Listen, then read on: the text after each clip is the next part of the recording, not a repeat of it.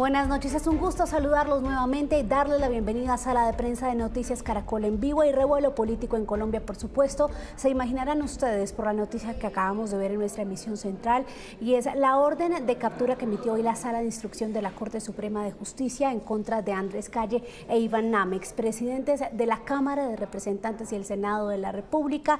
La silla vacía es la figura que aplicará sobre las curules de estos dos congresistas, uno del Partido Liberal, Andrés Calle, y sobre la de Iván Name, del Partido Alianza Verde, y son dos puestos que se restan al legislativo colombiano, dos curules que no llegarán a ocupar nuevos legisladores, lo que sigue en la lista, como usualmente ocurre en otros casos, pero por tratarse de aforados envueltos en casos de corrupción, pues tienen esta aplicación de la figura de la silla vacía. Este proceso de gestión del riesgo y la implicación de esta orden de la Corte Suprema de Justicia es nuestro tema central aquí en Sala de Prensa, para el cual saludo a mi compañera Joana Álvarez, de la Fuente Judicial de la Unidad Investigativa de aquí de Noticias Caracol. Joana, un gusto saludarla como siempre.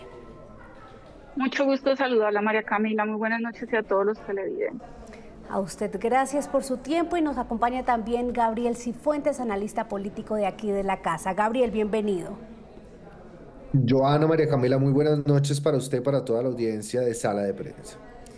Hay una frase, Joana, que hemos escuchado mucho hoy en boca de políticos, de congresistas, pero también de analistas, incluso de expertos en el ámbito judicial, y es que esto estaba cantado. De hecho, la semana pasada y por los pasillos del Congreso ya se hablaba de estas detenciones. ¿Sí estaba así de cantado, Joana? ¿Y por qué? ¿Por las pruebas, por el proceso? ¿Por qué estaba supuestamente tan cantado? Bueno, pues este coletazo, por decirlo así, de este proceso judicial de la Unidad de Gestión de Riesgo, recordemos que ha tenido un gran desarrollo en la Fiscalía, en donde hay detenidos contratistas, en donde hay detenidos exfuncionarios, como es el caso de Olmedo López y Sneider Pinilla, que son como los dos grandes colaboradores e implicados en este proceso judicial. A raíz de ese desarrollo que había tenido allá, pues se esperaba desde hace varios meses que la Corte hiciera lo propio con los aforados que están mencionados en este proceso judicial. Estamos hablando de que esta decisión que se toma en el despacho del magistrado Francisco Farfán, con una votación mayoritaria de 4 votos contra 2 votos, 2 magistrados salvaron un voto frente a a dictar esta orden de captura. Se toma después de varios meses en que se están dando unas negociaciones con los dos testigos principales de este caso, que es Olmedo López y Sneider Pinilla, y pues se esperaba que este fuera el desarrollo propio. Sin embargo, como les decía, es tan solo uno de los procesos que se ha abierto. Recordemos que hay otro proceso que avanza en paralelo también, relacionado también con hechos de la Unidad de Gestión de Riesgos, donde hay implicados otros congresistas mencionados, otros congresistas, y donde también pues aparece salpicado, digámoslo así, el exministro Ricardo Bonilla, también relacionado a hechos de corrupción en esta unidad de gestión. Es todo el proceso y lo que han cantado los testigos estrella ante la Corte lo que nos lleva hoy a esta situación. ¿Usted también cree, Gabriel, que era un tema pues que se veía venir y que es, no sé si la palabra sea quizás natural, que pase en un proceso como estos?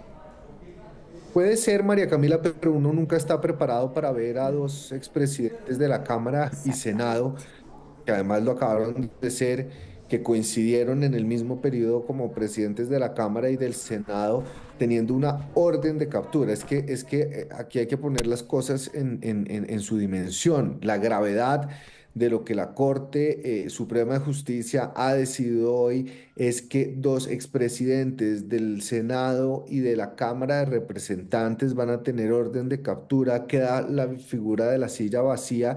Y permítame decirlo, María Camila, también en estos términos, creo que es un coletazo de doble vía.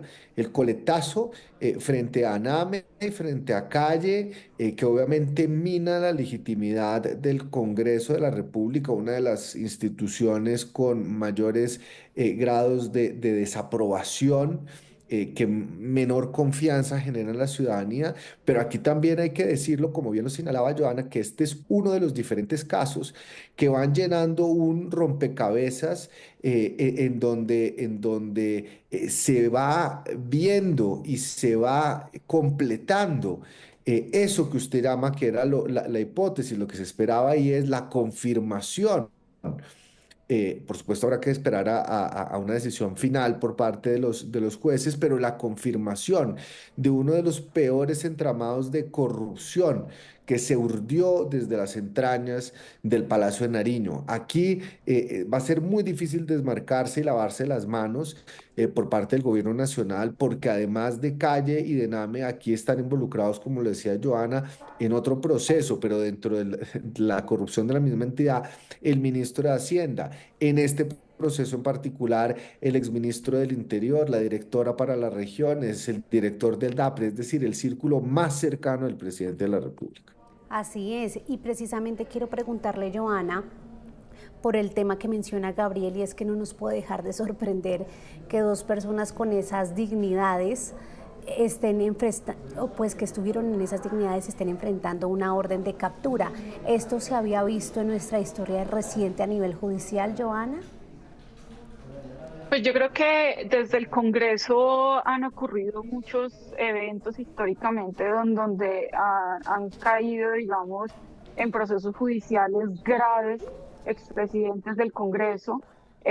Sin embargo, digamos que siendo este un gobierno que prometía un cambio, un gobierno de izquierda que conectaba con las bases, digamos, sociales del país, era, digamos que no deja de sorprender que estemos enfrentados a unos procesos de corrupción como los hemos venido viendo históricamente en el país. Digamos que no es una sorpresa que del Congreso estemos viendo hechos de corrupción de todo tipo. Sin embargo, pues no era lo que el pueblo quería ver para un gobierno como lo que representaba Gustavo Petro para la opinión pública en general. Exactamente, no es lo que se espera, y eso me lleva, Gabriel, a hacerle otra pregunta sobre la Corte. La Corte que estaba en veremos o digamos en deuda para muchos de tomar decisiones sobre este proceso puntualmente, la sala de instrucción. Se dice mucho que dejaron volar, es la frase, a Carlos Ramón González, que no ha pasado mucho frente a otros que también tienen, mejor dicho, un arsenal de pruebas encima en su contra. ¿Qué opinión le merece que esta sea la primera actuación de la Corte en este proceso en lo que tiene que ver con una orden de detención? Yo sería cauto, María Camila, porque no conocemos los detalles del proceso, la valoración de las evidencias, porque obviamente es mucho más rápido el deseo de la opinión pública de ver resultados inmediatos y de fácilmente estar señalando a la justicia por lenta y por inoperante, pero la gravedad de los hechos, la dificultad de probar que efectivamente existió el pago de un soborno como condición o precondición para el apoyo de ciertos proyectos es algo extremadamente delicado, pero sobre todo complicado. Y yo creo que desde que salieron las denuncias que fue el año pasado, a finales del 2023, hoy tener con orden de captura a dos expresidentes del Congreso, tener en el banquillo negociando una exalta funcionaria del gobierno, haber avanzado en el principio de oportunidad de Olmedo López y de Sneider Pinilla y ya estar a punto de dictar una sentencia condenatoria. Dice, por el contrario, y teniendo en cuenta los términos y las estadísticas históricas de la lentitud de la justicia, que por el contrario las cosas han ido avanzando. Yo más bien me preguntaría, María Camila, qué es lo que está pasando quizás en la fiscalía, que quizás por el bajo perfil que ha optado tener la fiscal, no se conocen más bien los avances que se deberían tener frente a las investigaciones. Recordemos que es la fiscalía la que tiene que proponer todo el acervo, acusar y sobre la base de lo que encuentre la fiscalía ya los jueces entran a decidir. Obviamente distinto es el caso de la sala de instrucción, pero lo que le quiero decir es, yo no saltaría a atacar a la yugular a la justicia porque a pesar de que se esperaría y se desearía, por supuesto, que hubiera decisiones mucho más amplias y mucho más rápidas, creo que lo que pasa hoy demuestra que en todo caso la justicia está operando y que está operando de una manera responsable. Créame, María Camila, que no es fácil, no debe ser fácil dictar una medida como la que se dictó hoy en día y tener que enfrentar, no solo judicialmente, sino también ante la opinión pública, el peso de lo que representa en términos simbólicos, en términos políticos, lo que acaba de suceder. Johanna, y súmele, hay otro componente que usted nos podrá explicar bien para los usuarios que nos ven hasta ahora, y es que la Corte no es la que tiene en sus manos todos los procesos de los implicados por el tema de los aforados. La Corte solo tiene unos y la Fiscalía delata, por ejemplo, el de la exconsejera presidencial y los otros implicados. ¿En qué parte se juntan estos procesos y cómo ve usted el avance de lo que es la justicia en general? Bueno, esto es para entender, dado que si bien la Fiscalía, digamos que en este momento tiene todo, digamos, el poder absoluto sobre la investigación porque es la que tiene a los dos principales testigos e implicados en este caso, que son Snyder Pinilla y Bernardo López, arrancó con, digamos, con todas las herramientas de estas negociaciones y producto de ellas es que se han dado todas estas confesiones.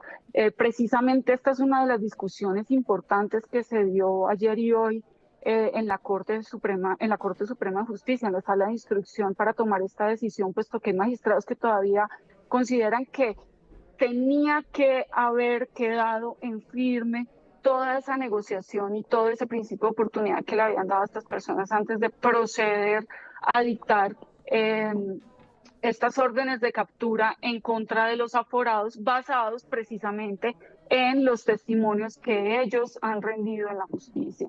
Entonces, digamos que ahí hay un tema que en vez de haber sido el más sincrónico, lo que hemos visto en este proceso específico es que ha habido choques frente a la labor de la Corte y frente a la labor que está adelantando también la Fiscalía. Usted ha mencionado un nombre muy importante aquí, Sandra Ortiz. La exconsejera, sabemos todos, lo escuchamos la semana pasada de parte de la misma fiscal general, que ha señalado no se le va a conceder una inmunidad total, no va a ser un principio de oportunidad amplio y digamos que ellos en este momento han tenido esta discrepancia importante porque implica que ella no está avanzando en una negociación. Ella ha pedido pista con la Corte Suprema de Justicia, sin embargo, hasta ahora no se ha dado una reunión en donde ella aterrice toda esta información relacionada al pago de los 4.000 millones de pesos. Es decir, que en esta decisión que adopta la Corte no se está teniendo digamos, en cuenta su testimonio porque ella no ha hablado ante la Corte sobre este tema.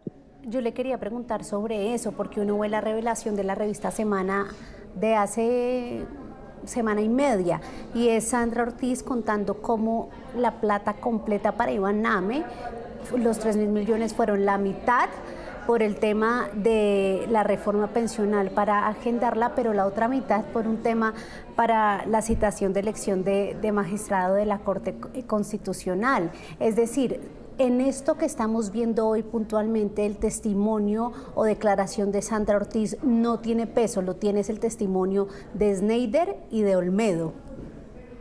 Claro que sí, y la Corte, aunque retoma, digamos que esas declaraciones públicas que han salido en diversos medios de comunicación, ella no se ha sentado con la Corte y ella no ha testificado ante la Corte sobre este tema puntual. Entonces, digamos que esto genera pues un problema jurídico que tendrá que resolverse sin duda alguna en los próximos meses, donde ella tendrá que ser escuchada, pero también ella es la dueña de su declaración y ella tendrá que decidir si entrega esta información ante la autoridad judicial, aún sabiendo que la Fiscalía no va a negociar una inmunidad total para ella, como ya se ha manifestado públicamente, o si en definitiva se ciña las reglas de la Fiscalía y decide adelantar una negociación. Entonces, todo esto para que contextualicemos un poquito y para darle también la razón al doctor Gabriel cuando señala que aquí, pues de todas maneras, esto exige unos tiempos. Esto exige también una sincronía entre las autoridades judiciales. Estamos hablando de dos sistemas penales distintos, en donde pues la fiscalía va adelante porque tiene las declaraciones de los testigos, pero la Corte tiene también que entrar a procesar a estos aforados. Digamos que sabemos que esto no ha sido fácil, ni siquiera es una discusión fácil entre ellos, porque sobre esto ha habido discrepancias y creo que todavía no están resueltas porque hay muchos que creen que este proceso arranca cojo, porque arranca con base a dos testimonios que ni siquiera han finiquitado un principio de oportunidad y todavía eso no está firme en la justicia. Entonces, digamos que tomar esta decisión no es fácil y pues depende mucho del desarrollo y de la investigación que se haya hecho en la sala de instrucción para entender si va a ser lo suficientemente sólida en el tiempo. Claro, eso es clave explicarlo a los usuarios que nos ven hasta ahora, a la gente, porque el proceso puede tomar tiempo, lo que usted decía, Gabriel.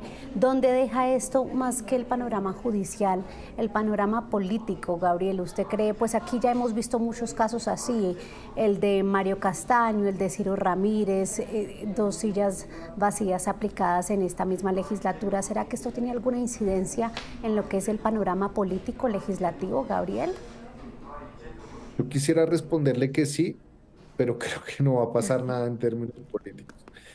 ¿Y por qué quisiera decirle que sí? Porque en un país donde la agenda pública y las decisiones políticas fueron tomadas a partir de la sensatez, de la exigencia, de la asepsia en el manejo de lo público, esto sería escandaloso. En cualquier otro país del mundo esto sería escandaloso. Sin embargo, creo que lo que va a terminar pasando es que nos va a seguir enfrascando en esa lucha sesgada y polarizada entre quienes bajo ningún supuesto están dispuestos a aceptar que el gobierno tuvo una relación en este entramado de corrupción y quienes por el contrario cualquier cosa que salga y a pesar de que este proceso se pueda caer por vicios de forma, por vicios de fondo, por lo que sea, van a insistir y van a afirmar que efectivamente este hecho de corrupción es el peor ocurrido en la historia y que este es el gobierno más corrupto que ha pasado por el Palacio de Nariño, cuando tampoco es cierto. Entonces, creo que esto va a ser utilizado por parte y parte de los dos espectros del panorama político. Cada uno le va a dar una interpretación y un uso distinto, y mientras tanto se sigue degradando la imagen pública, se sigue degradando la majestad de la función pública como tal, y confirma simplemente los peores temores, y es que ni siquiera un gobierno que se eligió bajo la promesa de un cambio absoluto y completo y de raíz de las formas tradicionales de hacer política, logró hacerlo. Es decir, es una tragedia lo que está sucediendo. Esto es como si nos confirmara que estamos condenados a que el sistema político opere bajo unas reglas absolutamente oscuras e ilegales y que no tenemos absolutamente ningún tipo de salvación. Así que al margen de si esto mueve la aguja en las encuestas de un lado para el otro, María Camila, o de la forma como cualquiera de los dos extremos lo vaya a utilizar en su narrativa o trate de darle la vuelta al tema, estamos enfrente de la confirmación de una historia repetida 1000 veces y que desdibuja muchísimo nuestro sistema político y que nos debería invitar a nosotros como ciudadanos a reflexionar sobre qué es lo que está pasando. Sí, el mensaje de fondo es bien fuerte lo que usted menciona. Johanna, quiero volver con usted al tema judicial, ahí vamos pimponeando, y es el tema que usted mencionaba, ¿por qué Hay desconfianza, supongo yo, que será en esos dos o más magistrados que votaron en contra de la decisión por cuenta de lo que llaman un proceso incompleto. Usted hacía referencia a que ni Snyder ni Olmedo tienen ya finiquitado o los detalles de su acuerdo, su principio de oportunidad con la Fiscalía definido. ¿Por qué pasa eso y por qué genera eso desconfianza en la Corte? Bueno, pues lo que yo entiendo es lo que se basa la discusión, principalmente la ha planteado desde el comienzo la magistrada Cristina Lombana, porque lo que se plantea es que pueda haber de fondo eh, eh, una violación al debido proceso en el sentido de que los implicados que están rindiendo su testimonio por cuenta de una colaboración a la justicia, por cuenta de un principio de oportunidad que no ha sido avalado por un juez, que esos testimonios sean en cuenta tenidos en otro proceso judicial y con base en ellos se adelanten unas investigaciones, como lo estamos mencionando, supremamente graves contra personas aforadas que tienen una gran representación en el Congreso, y que a futuro haya cualquier tropiezo con este principio de oportunidad, que el juez lo niegue, que el juez lo rechace, quiere decir que estas declaraciones finalmente no están en firme para la justicia y que generarían un efecto dominó sobre el otro proceso que están adelantando en la Corte. Ese es como el principal reparo que hay alrededor de adelantar estas decisiones judiciales con base a declaraciones que todavía no están en firme. Ese es como el primer comentario. Entiendo que también el otro salvamento de voto corresponde al magistrado Héctor Alarcón. La orden de captura se ordena por dos delitos, que es cohecho y peculado por apropiación. El magistrado Alarcón dice que no está aprobado del todo este peculado por apropiación y sobre esto se generó una discusión. Seguramente en los próximos días conoceremos los detalles de estos salvamentos de votos, pero en comienzo esto es una discusión que se ha planteado desde que arrancó, digamos, la preliminar frente a si esto generaría un vicio frente al proceso o no, el adelantar la investigación contra los aforados con base a estas declaraciones que, como les he explicado, todavía no han sido avaladas por un juez de la República y una negociación más bien que todavía no ha sido avalada por un juez de la República. Pero mire, Gabriel, que lo que dice Joana y lo que dicen los magistrados no es para nada menor. Es decir, son dos hombres que según la defensa, que uno podría decir es hasta natural, que hacen los mismos implicados del gobierno, son unos charlatanes que lo único que han hecho es mostrar capturas de chats. Bueno, desvirtúan sus pruebas, pero lo que pasa es que un juez no ha avalado su testimonio. ¿Qué implicación tiene que entonces la Corte Suprema en su proceso contra sus aforados esté emitiendo órdenes de captura, ordenando captura de personajes cuyo testimonio o los únicos testigos estrella son estos dos hombres que están en esta situación? Pero para aquí hay que tener dos cosas en cuenta y es en el estado del proceso en donde está el criterio para emitir la orden de captura no es prejuzgarlos. Es decir, aquí se tiene que adelantar el juicio y en el juicio se tiene que comprobar más allá de cualquier duda razonable que efectivamente Gabriel, los imputados es que han sido. ahí me interesa ir por partes porque eso es clave. Es decir, estas órdenes de captura no confirman la participación de ellos en nada, pero si se dan es porque hay pruebas sobre su participación, ¿no? Claro, hay elementos probatorios que llevan a la sala de instrucción a pensar con un determinado grado de probabilidad de que efectivamente estas personas cometieron los delitos y que para enfrentar el juicio es mejor que lo hagan privados de la libertad por las condiciones que establece el Código de Procedimiento Penal para esta clase de situaciones.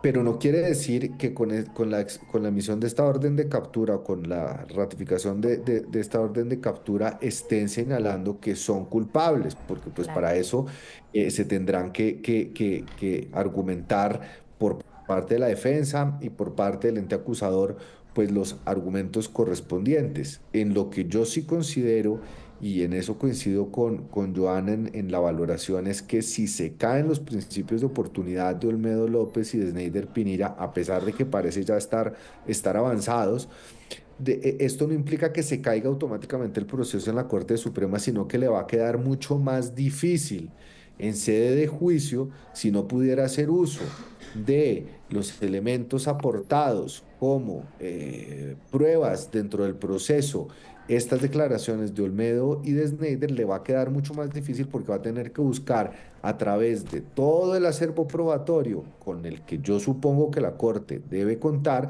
los argumentos suficientes para emitir un juicio en contra de los imputados. Entonces, no es que haya una norma específica que establezca que si se caen los principios de oportunidad automáticamente está viciado de nulidad este proceso o se cae. No, lo que pasa es que le añade un grado de dificultad adicional dentro de la argumentación jurídica para efectivamente llegar a una acusación, a un juicio en donde demuestren, más allá de cualquier duda razonable, que ya es el estándar que se tiene que aplicar antes de emitir una condena o por culpabilidad para la Corte Suprema de Justicia. Sí, eso es clave también, Johanna, porque la orden de captura envía un mensaje en medio del proceso judicial, ¿no?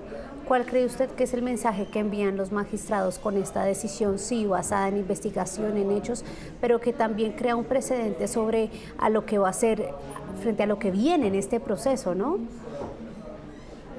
Pues yo creo que ya a estas alturas, cuando hemos escuchado, creo que durante casi 2 años, del escándalo de la Unidad de Gestión de Riesgo, era necesario que la Corte Suprema de Justicia tomara decisiones en contra de los aforados, que como bien lo hemos visto dentro de todo el escándalo aparecen mencionados desde diferentes partidos. Aquí estamos hablando de casi una decena de congresistas solo en el tema de la Unidad de Gestión de Riesgo que están señalados de graves hechos de corrupción. Y ya era hora de que la Corte Suprema de Justicia se pronunciara al respecto.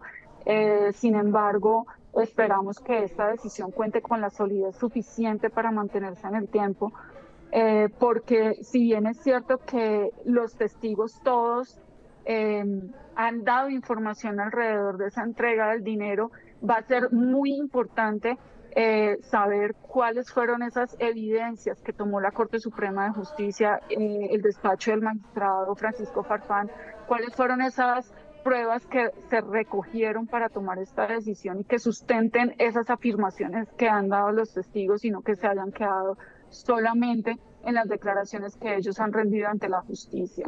Eso va a ser lo clave de lo que se pueda revisar en los próximos días y seguramente, como dice el doctor Cifuentes, es clave, va a ser clave para el momento de la acusación. Cuando este proceso avance y se avance a esa etapa tan importante del llamamiento a juicio o no. Doctor Cifuentes, me queda tiempo para Yo una... sí Es que a sabía que Johanna le y a iba a María decir. Camila, además nos conocemos de corredor, díganme Gabriel. Bueno, Gabriel. Gabriela. Yo era ahí por hacerle presión. Pero, Gabriel, me queda tiempo para una respuesta final y se la quiero plantear a usted, que es el analista aquí en la mesa, y es sobre Iván Name. Andrés Calle es un joven en política, su familia en Córdoba sí, muy poderosa como casa política, pero ellos son relativamente nuevos en este negocio. Iván Name no, y lo que dicen muchos, me lo decían hoy un grupo de asesores de congresistas por chat, es que para muchos fue una sorpresa ver a un hombre que en su carrera política reflejó decencia estar ahora con el agua al cuello de esta manera. ¿Qué reflexión hace usted sobre el Name político en este proceso? En política no se puede poner la mano en el fuego por nadie, María Camila. Por nadie. A mí no me sorprende absolutamente. Lamento mucho la situación, pero más por la institucionalidad. Pero uno sorprenderse porque cogen haciendo triquiñuelas a un senador o a un representante, pues es pan de cada día. Uno me sorprende. Es cierto, pero sí hay un tema ahí que yo creo que merece análisis. Lo que usted dice es totalmente cierto.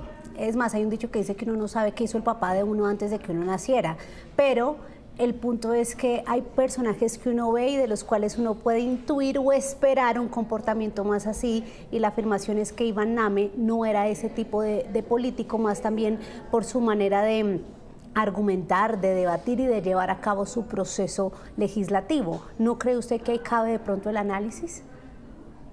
Caras vemos corazones no sabemos, María Camila. Y le quiero decir, Le doy la razón. Iván Name no es una persona, digamos, ungida de asepsia en la política, viene de una familia política tradicional, su hija está metida en política, es decir, ha sido muy hábil para llegar al Congreso de la República. Yo la verdad, si usted me pregunta cuáles son las tres figuras en el Congreso sobre las cuales uno, si tuviera que meter la mano en el fuego, lo haría, pues en esa lista de tres no estaría Iván Name definitivamente. Y yo creo que en eso, Joana y yo también le damos la razón de que uno no puede poner las manos en fuego en política por nadie. Pues Joana, Gabriel, gracias por este tiempo, por la explicación y pues sin duda alguna seguiremos aquí en nuestras emisiones muy atentos a lo que viene para este proceso judicial de gestión del riesgo. Un abrazo para los dos. Muchas gracias. Gracias igualmente a ustedes, nuestros usuarios. Ahí tienen entonces el análisis desde la mirada judicial y también la mirada política tan importantes y que se cruzan y prácticamente se entrelazan en lo que es este proceso de gestión del riesgo. Sin otros dos puestos queda este Congreso de la República, que ya no estaría entonces en los 105 senadores, sino en los 103. Hasta aquí, Sala de Prensa.